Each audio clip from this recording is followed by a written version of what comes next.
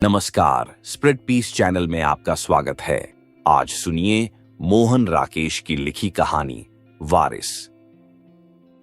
घड़ी में 3 बजते ही सीढ़ियों पर लाठी की खट खट होने लगती और मास्टर जी अपने गेरुआ बाने में ऊपर आते दिखाई देते।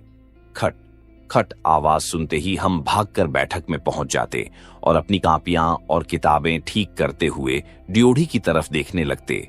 घड़ी 3 बजा न चुकी होती तो उनके ऊपर पहुंचते पहुंचते बजा देती। मैं बहन के कान के पास मुंह ले जाकर कहता 1 2 3 और मास्टर जी बैठक में पहुंच जाते। अगर घड़ी उनके वहां पहुंचने से 2-3 मिनट पहले 3 बजा चुकी होती तो वे उस पर शिकायत की एक नजर डालते, भरकर रखे हुए गिलास में से 2 घूंट पानी पीते और पढ़ाने बैठ जाते। मगर बैठकर भी 2-1 बार उनकी नजर ऊपर हमारी दीवार घड़ी की तरफ उठती, फिर अपने हाथ पर लगी हुई बड़े गोल डायल की पुरानी पीली सी घड़ी पर पड़ती और वे हूं या अत्वत की आवाज से अपना असंतोष प्रकट करते, जाने अपने प्रति, अपनी घड़ी के प्रति या हमारी घड़ी के प्रति। हमें मैट्रिक की परीक्षा देनी थी और वे हमें पढ़ाने के लिए आते थे। बहन मुझसे 1 साल बड़ी थी, मगर उसने उसी साल ABC से अंग्रेजी सीखी थी। मैं भी अंग्रेजी इतनी ही जानता था कि बिना हिचकिचाहट के वंडरफुल के ये हिज्जे बता देता था। WAN DOORFULL wonderful. मास्टर जी कविता बहुत उत्साह के साथ पढ़ाते थे। वे टेनिसन, ब्राउनिंग और स्कैट की पंक्तियों की व्याख्या करते हुए जैसे कहीं और ही पहुंच जाते थे। उनकी आंखें चमकने लगती थीं और दोनों हाथ हिलने लगते थे। भाषा उनके मुंह से ऐसी निकलती थी जैसे खुद कविता कर रहे हों। मुझे कई बार कविता की पंक्ति तो समझ में आ जाती थी, उनकी व्याख्या समझ में नहीं आती।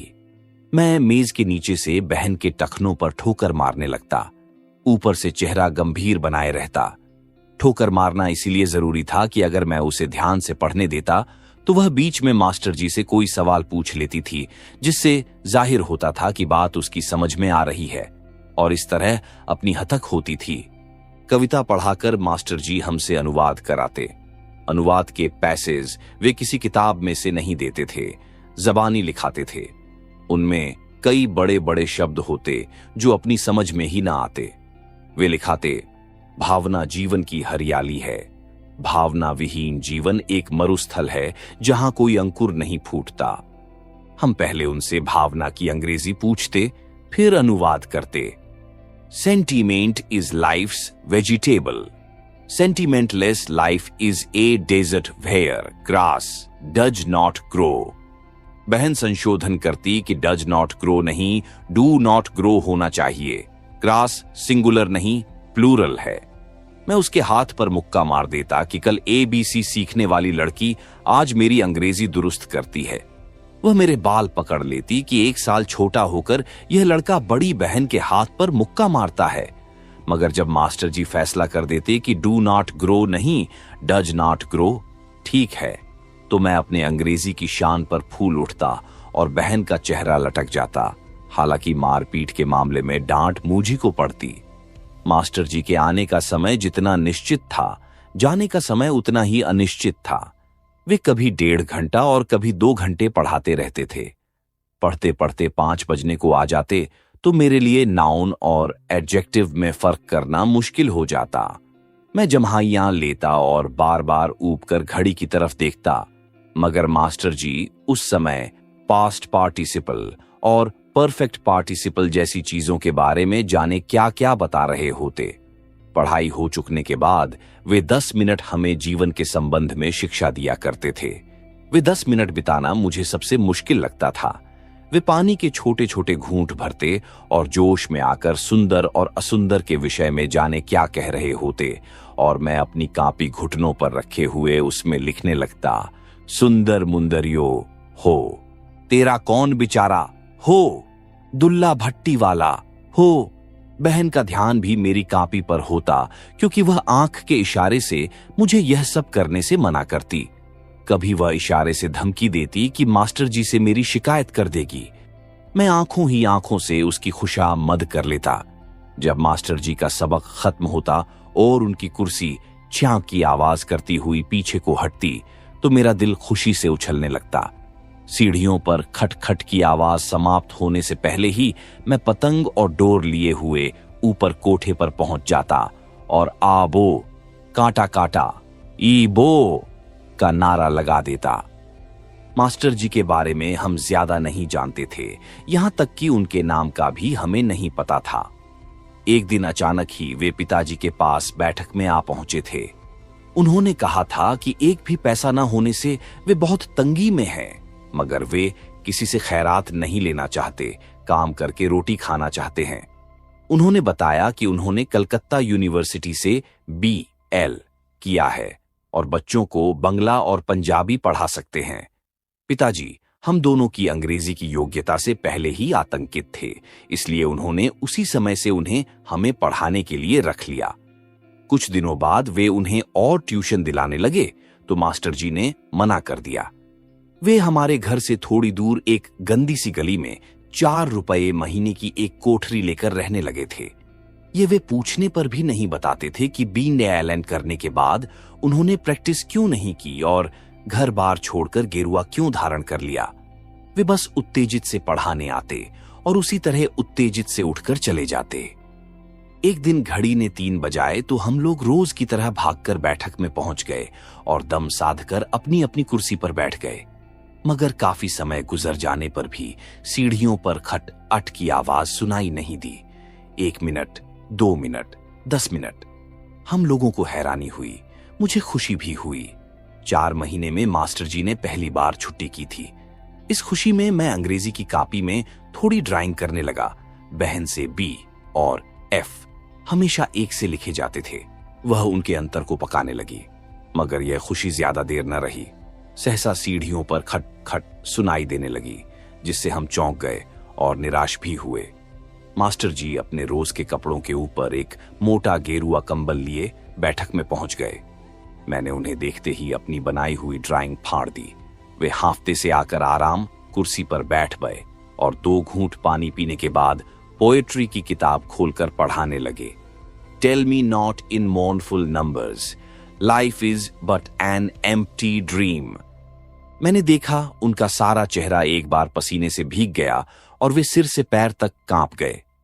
कुछ देर वे चुप रहे, फिर उन्होंने गिलास को छुआ मगर उठाया नहीं। उनका सिर झुककर बाहों में आ गया और कुछ देर वहीं पड़ा रहा। उस समय मुझे ऐसा लगा जैसे मेरे सामने सिर्फ कंबल में लिपटी हुई एक गांठ ही पड़ी हो। जब उन्होंने चेहरा उठाया तो मुझे उनकी नाक और आंखों के बीच की झुर्रियां बहुत गहरी लगीं। उनकी आंखें झपतीं और कुछ देर बंद ही रहतीं, फिर जैसे प्रयत्न से खुलतीं। वे होठों पर जबान फेरकर फिर पढ़ाने लगते।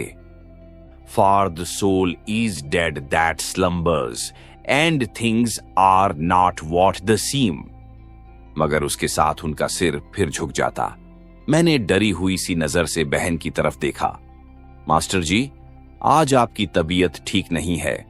बहन ने कहा, आज हम और नहीं पढ़ेंगे। नहीं पढ़ेंगे। ये सुनकर मेरे दिल में खुशी की लहर दौड़ गई, मगर उस हिलती हुई गठरी को देखकर डर भी लग रहा था। मास्टर जी ने आंखें उठाईं और धीरे से कुछ कहा। फिर उन्होंने पुस्तक की तरफ हाथ बढ़ाया तो बहन ने पुस्तक खींच ली। कुछ देर मास्टर जी हम लोगों की तरफ देखते रहे, जैसे हम उनसे बहुत दूर बैठे हों और वे हमें ठीक से पहचान न पा रहे हों। फिर एक लंबी सांस लेकर चलने के लिए उठ खड़े हुए। पूरे 4 सप्ताह वे टाइफाइड में पड़े रहे। उन दिनों मेरी ड्यूटी लगाई गई कि मैं कोठरी में जाकर उन्हें सूप वगैरह दे आया करूं। वैद्य जी के पास जाकर उनकी दवाई अवाई भी मुझे ही लानी होती थी। मेरा काफी समय उनकी कोठरी में बीतता। वे अपने कंबल में लिपटकर चारपाई पर लेटे हुए हाय हाय करते रहते और मैं ऊपर नीचे होते हुए कंबल के रोयों को देखता रहता। कभी मिट्टी के फर्श पर या स्याह पड़ी हुई दीवारों पर उंगली से तस्वीरें बनाने लगता। कोठरी निहायत बोसीदा थी और उसमें चारों तरफ से पुरानी सीलन की गंध आती थी। दीवारों का पलस्तर जगह जगह से उखड़ गया था और कुछ जगह उखड़ने की तैयारी में ईंटों से आगे को उभर आया था। मुझे उस पलस्तर में तरह तरह के चेहरे नजर आते। पलस्तर का कोई टुकड़ा झड़कर खप से नीचे आ गिरता तो मैं ऐसे चौंक जाता जैसे मेरी आंखों के सामने किसी मुर्दा चीज में जान आ गई हो। कभी मैं उठकर खिड़की के पास चला जाता। खिड़की में सलाखों की जगह बांस के टुकड़े लगे थे। गली से उठती हुई भयानक दुर्गंध से दिमाग फटने लगता। वह गली जैसे शहर का कूड़ा घर थी। एक मुर्गा गली के कूड़े को अपने पैरों से बिखेरता रहता और हर 8-10 मिनट के बाद जोर से बांग दे देता। मास्टर जी के पास ज्यादा सामान नहीं था, पर जो कुछ भी था उसे देखने को मेरे मन में बहुत उत्सुकता रहती थी।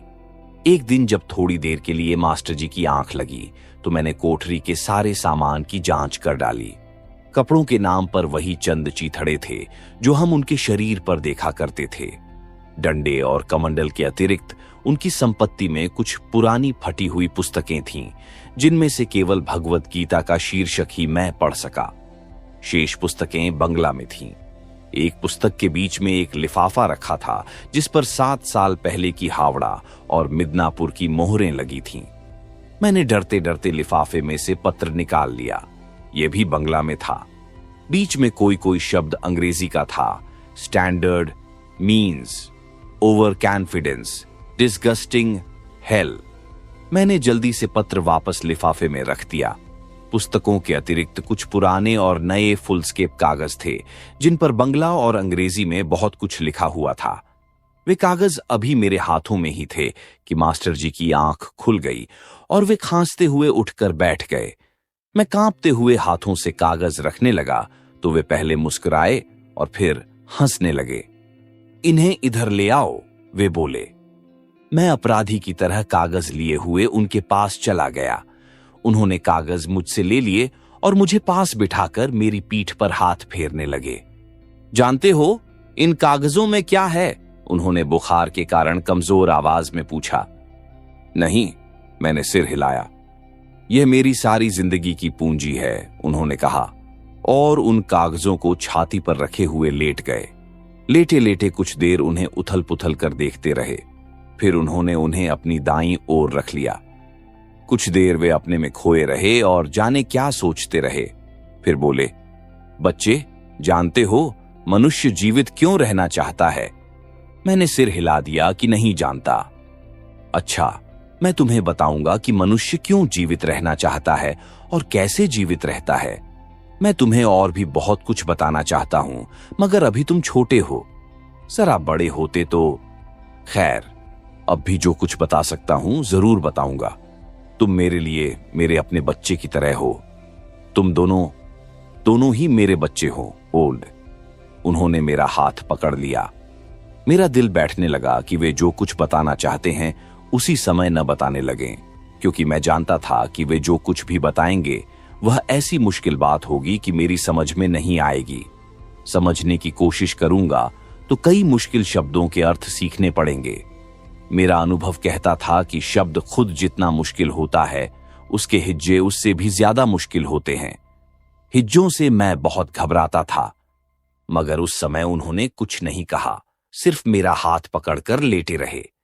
अच्छे होकर जब वे हमें फिर पढ़ाने आने लगे तो उन्होंने कहा कि अब से वे अंग्रेजी के अतिरिक्त हमें थोड़ी थोड़ी बंगला भी सिखाएंगे, क्योंकि बंगला सीखकर ही हम उनके विचारों को ठीक से समझ सकेंगे।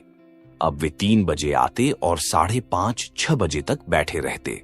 मैं 3:30-4 बजे ही घड़ी की तरफ देखना आरंभ कर देता और जाने किस मुश्किल से वह सारा वक्त काटता। उसकी 2 महीने की जी तोड़ मेहनत से हम बहन भाई इतनी बंगला सीख पाए कि एक दूसरे को बजाय तुम के तूमी कहने लगे। वह कहती, तूमी, मेरी कापी का वर्क का मत फाड़ो, और मैं कहता, तुमी बकवास मत करो। हमारी इस प्रगति से मास्टर जी बहुत निराश हुए और कुछ दिनों बाद उन्होंने हमें बंगला सिखाने का विचार छोड़ दिया। अनुवाद के लिए अब वे पहले से भी मुश्किल पैसेज लिखाने लगे, मगर इससे सारा अनुवाद उन्हें खुद ही करना पड़ता। उस माध्यम से भी हमें बड़ी बड़ी बातें सिखाने का प्रयत्न करके जब वे हार गए तो उन्होंने एक और उपाय सोचा। वे फुल स्केप कागज बीच में से आधे आधे फाड़कर उन पर दोनों ओर पेंसिल से अंग्रेजी में बहुत कुछ लिखकर लाने लगे। बहन के लिए वे अलग कागज लाते और मेरे लिए अलग। उनका कहना था कि वे रोज उन कागजों में हमको एक एक नया विचार देते हैं, जिसे हम अभी चाहे न समझें, बड़े होने पर जरूर समझ सकेंगे, इसलिए हम उन कागजों को अपने पास संभाल कर रखते जाएं। पहले 6-8 दिन तो हमने कागजों की बहुत संभाल रखी, मगर बाद में उन्हें संभाल कर रखना मुश्किल होने लगा। अक्सर बहन मेरे कागज कहीं से गिरे हुए उठा लाती और कहती कि कल वह मास्टर जी से शिकायत करेगी। मैं मुंह बिचका देता। एक दिन मैंने देखा अलमारी में सिर्फ बहन के कागज ही तह किए रखे हैं, मेरा कोई कागज नहीं है। चारों तरफ खोज करने पर भी जब मुझे अपने कागज नहीं मिले तो मैंने बहन के सब पुलिंदे उठाकर फाड़ दिए। इस पर बहन ने मेरे बाल नोच लिए, मैंने उसके बाल नोच लिए। उस दिन से हम दोनों इस ताक में रहने लगे कि कल मास्टर जी के दिए हुए एक के कागज दूसरे के हाथ में लगें कि वह उन्हें फाड़ दे। मास्टर जी से कागज लेते हुए हम चोर आंख से एक दूसरे की तरफ देखते और मुश्किल से अपनी मुस्कुराहट दबाते। मास्टर जी किसी किसी दिन अपने पुराने कागजों के पुलिंदे साथ ले आते थे और वहीं बैठकर उनमें से हमारे लिए कुछ हिस्से नकल करने लगते थे। हम दोनों उतनी देर कापियों पर इधर उधर के रिमार्क लिखकर आपस में कापियां तब्दील करते रहते। इधर मास्टर जी ये पुलिंदे हमारे हाथों में देकर सीढ़ियों से उतरते, उधर हमारी आपस में छीना झपट्टी आरंभ हो जाती और हम एक दूसरे के कागज को मसलने और मोचने लगते। अक्सर इस बात पर हमारी लड़ाई हो जाती कि मास्टर जी एक को 18 और दूसरे को 14 पन्ने क्यों दे गए हैं। परीक्षा में अब थोड़े ही दिन रह गए थे। पिताजी ने एक दिन हमसे कहा कि हम मास्टर जी को अभी से सूचित कर दें कि जिस दिन हमारा अंग्रेजी का बी पेपर होगा उस दिन तक तो हम उनसे पढ़ते रहेंगे, मगर उसके बाद उस दिन मास्टर जी के आने तक हम आपस में झगड़ते रहे कि हम में से कौन उनसे यह बात कहेगा। आखिर 3 बज गए और मास्टर जी आ गए। उन्होंने हमेशा की तरह घड़ी की तरफ देखा तो चत छत की आवाज के साथ सिर को झटका दिया और पानी का एक घूंट पीकर पोएट्री की किताब खोल ली। हम दोनों ने एक दूसरे की तरफ देखा और आंखें झुका ली। मास्टर जी, बहन ने धीरे से कहा। उन्होंने आंखें उठाकर उसकी तरफ देखा और पूछा कि क्या बात है, उसकी तबीयत तो ठीक है। बहन ने एक बार मेरी तरफ देखा मगर मेरी आंखें जमीन में धसी रहीं। मास्टर जी, पिताजी ने कहा है, और उसने रुकते रुकते बात उन्हें बता दी। क्या मैं नहीं जानता? माथे पर त्योरियां डालकर सहसा उन्होंने कड़े शब्दों में कहा। मुझे यह बताने की क्या जरूरत थी? और वे जल्दी जल्दी कविता की पंक्ति पढ़ने लगे। Shades of night were falling fast when through an alpine village passed a youth। सहसा उनका गला भर्रा गया। उन्होंने जल्दी से 2 घूंट पानी पिया और फिर से पढ़ने लगे। Shades of night were falling fast।